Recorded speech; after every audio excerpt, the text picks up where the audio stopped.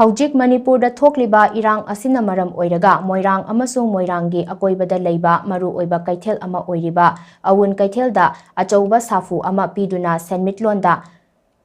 maning halak liba asi koknaba amadi moirangda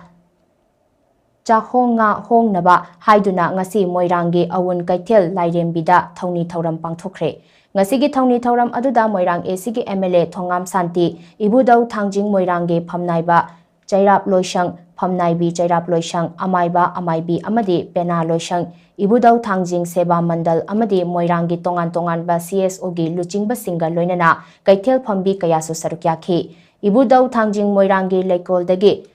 Khongsa laklaga Awun Keithel Lairembi Moirangda Pangthokiba Thouni Thouram aduda Amaibana Laishon Tinshon gi Thouram Pangthoktuna Kokthok Chamthokhi Thouni Thouram aduga mari leinana MLA Thongam Santina hai Hojik Manipur thokliba irang asina maram oiraga Manipur gi Keithel sing amasung moirangi maru oiba lai haktaktagi leiraklaba Awun Keithel ase yamna toina Keithel kaiba asina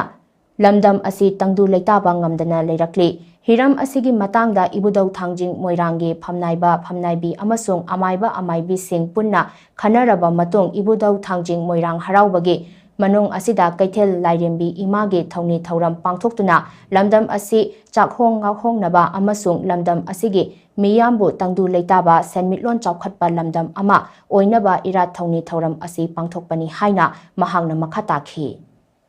Lai hakta tei saddaraba asiguma moirang Awun Keithel la khangdeba siguma bafamsida leiriba khoi imaibe ma leiremisi Manipur thokliba matabatawi laiba irangsidagi kaiba haiba adugumba wathok ama oirakpadagi akhoi moirang lebaksida ingna tapna mara ta da leijarba sathokla pu phana puthoga haidensida mapung phaba bayam ama urambado uba phangaktaba aduba kya do thijillaba matunda haddaro batunda imaibe masiba amutang ibro thangjing harauriga ibanung sida puja tahuraka magoda Thouni jaraga asingulaba akhoi mangdariba adai oiba piyom myamse kalaunabi damta khanna jaraka da ngasigi sigumlaba yai perba numisida akhoi imaibe ma leirembi haidel leirembi